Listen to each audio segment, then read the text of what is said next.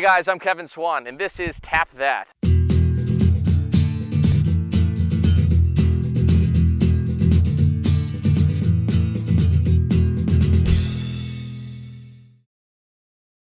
Today, we're a little outside the city limits, but we're on Hunter Mountain for the Tap New York Beer Festival. We're gonna go inside and see some of the best breweries New York State has to offer.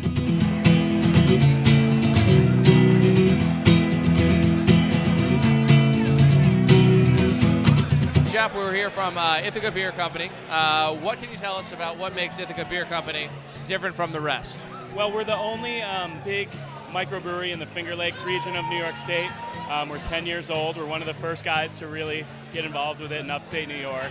And we're making a lot of really creative beers, a lot of styles that maybe haven't been done before. And we're focusing a lot on using local ingredients and doing really ambitious projects with fermentations. So you guys definitely, it sounds like, are not afraid to try something new. You're not not a traditional beer company. We're fearless. I like that attitude. And speaking of that, I have never tasted a beer like I just tasted. You didn't see me taste it. What is this? How did you do it? It's sour. Yeah. But delicious. Yes. This beer is called Brut. It's inspired by a style of beer that's brewed in Belgium. That's a spontaneous fermentation that takes many years to complete. We're able to sort of replicate it in a shorter timeline, although it still takes much longer than most of what we do. This beer took about 11 months to make, whereas an ordinary fermentation can take 11 days, 2 weeks. So is it the fermentation process or the aging process that takes that long? It's use of particular microorganisms that cause a souring effect, give it a real clean, bright tartness, and it's finished with champagne yeast that gives it that biting carbonation and really makes it blow up on your palate. Honest to God, I have never had anything like this before. I've never brewed anything like it before. And was this what you were going for? Was this exactly what I was going for, although I didn't think I could hit it the first time out. And now we're just kind of trying to refine the process so we can make it a little bit more repeatable. We have another batch. We're going to release one batch per year, and we have another batch coming out this summer. So how far do I have to go to Ithaca to drink Ithaca Beer Company? We sell our beer in New York, Pennsylvania, New Jersey, Connecticut, Massachusetts, and soon to be Ohio. So we have pretty good distribution. We're about the 80th largest brewery in the country, which is kind of fun. We're slow and steady growth, and being a part of this really cool scene with these other guys it's a lot of fun. They really challenge you to really bring your best game when you make a new beer, and it's an exciting time to do what we do. Awesome. Jeff, again, thanks so much for letting us hang out and letting us taste this. We appreciate it. Awesome. Thanks you. What can you tell us about the Great Adirondack Brewing Company? Well, we're about 12 years old. We're in Lake Placid. We have our own restaurant called the Steak and Seafood Restaurant. We are mostly a brew pub. We do about 400 barrels a year, which is definitely on the smaller side for a brew pub. It's a steak and seafood lobster house, basically. And we tend to do a lot of different things for our beers. We have up to 7 or 8 on tap at any one time. A pretty broad range. A lot of kind of crisper, hoppier American ales. And then I tend to do a lot of stronger Belgian-style ales as well. Barrel aging, pretty much anything that sounds like fun, I pretty much make it.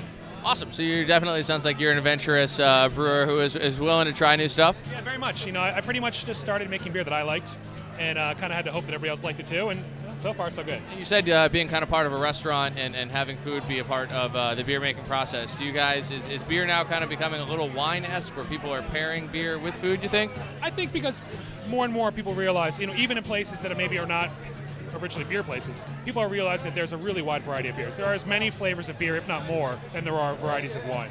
So people have realized that not only can you get a really high quality product for a better price than wine, but it matches your food just as well, if not better, for most things in wine. Because wine really is a little bit more limited in its flavor profile. Beer really covers a wide range of flavors. It really pairs well with many dishes that wine would never do. So yeah, being in a restaurant, we definitely do try and pair our beers with our most popular dishes. What are we drinking right now? This is called Giant, which is named after one of the local mountains in the Adirondacks called Giant Mountain. And this is a bourbon barrel-aged imperial stout.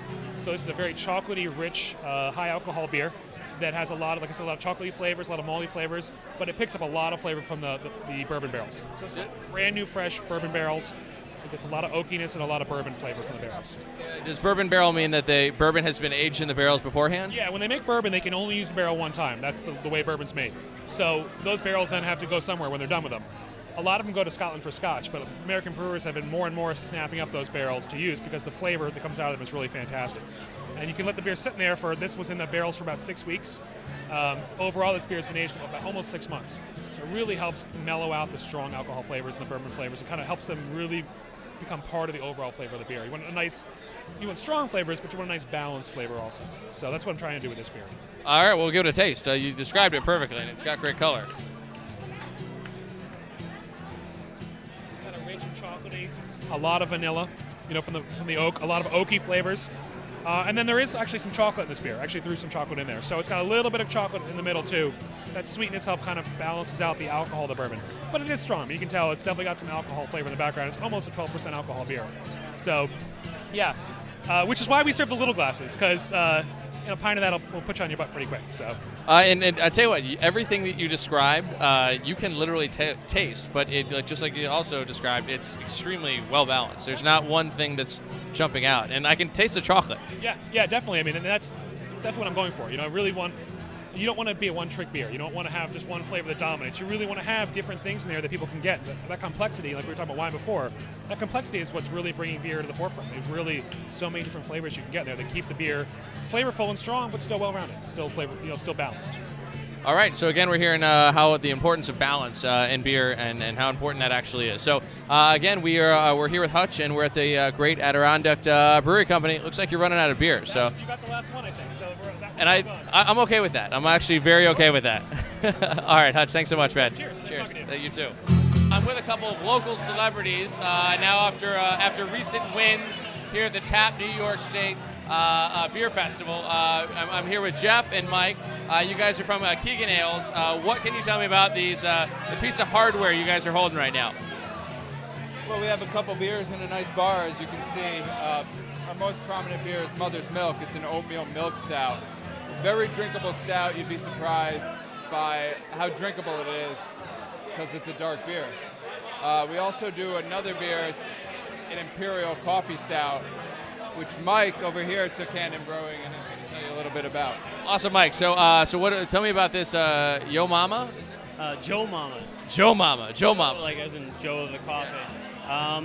It's an Imperial Coffee Stout.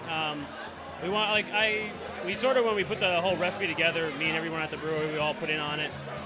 We wanted to make a stout that was strong, but I didn't want anything like too, I want it high enough but very drinkable. Joe Mama's finished at 8% Imperial coffee. It's brewed with 100% Sumatra. And we just went through a whole line of different coffees and extracts to get exactly where we wanted to go with it. And Sumatra was sort of the house favorite. Woo! Tap New York right there. You got to feed into that stuff. But we sat with it. Yeah, improv is the best. We played with the recipe. I just wanted to make something that was enjoyable by all, and I loved it for everybody. So this is where it's at. And you guys, I noticed you're holding a couple nice pieces of hardware, and you recently just obtained these. So what can you tell me about them? Well, this year we won Best Brewery in New York State, which is this trophy, and Best Brewery in the Hudson Valley. This is the Vassar Cup, yeah. And I'd like to point out that they both have beer, actually, in both of these trophies. If you guys want to get a shot. Hey, how about a big cheers real quick? Cheers, yeah. Cheers. All right, the beer's great, but I definitely have cup envy. You guys are killing me. You're killing me. Okay. Well, I'll tell you what, how important or what is it that makes Keegan Ales different from the rest, and obviously better than the rest?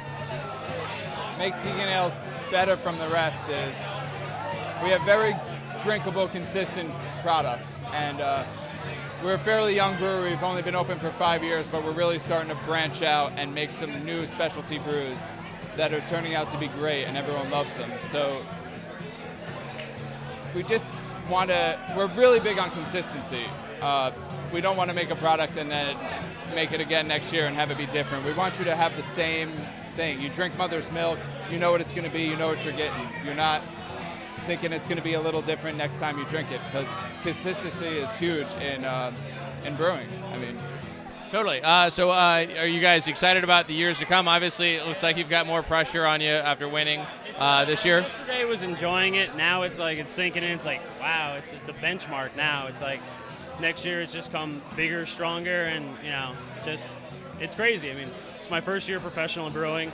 I came from a distilling and telecommunication background, so when everyone heard I was making the switch, they just looked at me a little sideways, and I was like, I got this. It's all right.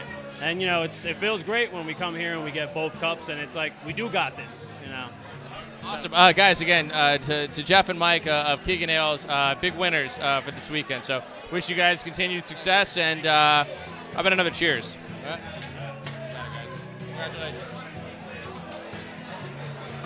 What an amazing day out here at Hunter Mountain. We're at the Tap New York Beer Festival. I'm Kevin Swan. We're out here for Tap That, the show that explores some of the best beers of the 5 boroughs and beyond, and we are quite beyond. We've met some amazing brewers today. We've tasted some sheerly delicious beers. The Tap That production crew favorite of the day, the Defiant Brewing Companies. This is their Prohibition Lager. Light and delicious, perfect for a day like today. The crowds are getting a little rambunctious, they're getting a little crazy, but you're definitely going to want to check us out next time, because again, this is Tap That. I got to go do some drinking. We'll see you next time.